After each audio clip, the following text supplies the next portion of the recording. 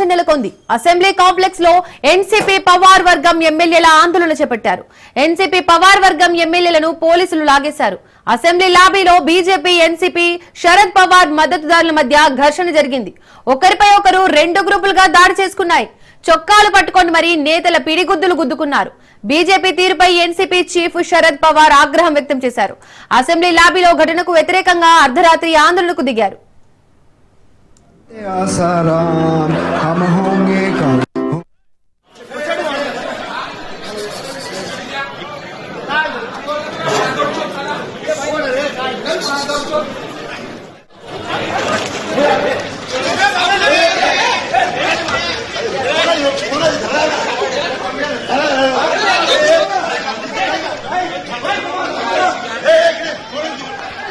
जमा करा पास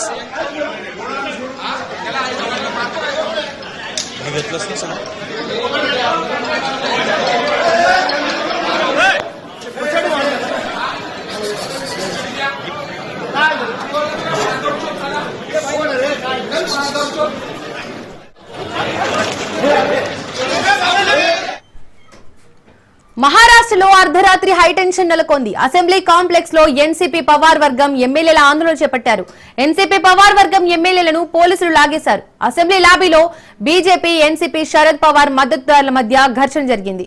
ఒకరిపై ఒకరు రెండు గ్రూపులుగా దాడి చేసుకున్నాయి. చొక్కాలు పట్టుకొని మరీ నేతల పిడిగుద్దులు గుద్దుకున్నారు. బీజేపీ తీరుపై ఎన్సీపీ చీఫ్ శరద్ పవార్ ఆగ్రహం వ్యక్తం చేశారు. అసెంబ్లీ లాబీలో ఘటనకు వ్యతిరేకంగా అర్ధరాత్రి ఆందోళనకు దిగారు. ఇదే అంశానికి సంబంధించి మరిన్ని డీటెయిల్స్ మా ప్రతినిధి రాజు లైవ్ ద్వారా అందిస్తారు. రాజు, బీజేపీ ఎన్సీపీ శరద్ పవార్ వర్గాల మధ్య దాడులకు కారణం ఏంటి? మీ దగ్గర ఉన్న డీటెయిల్స్ ఏంటి?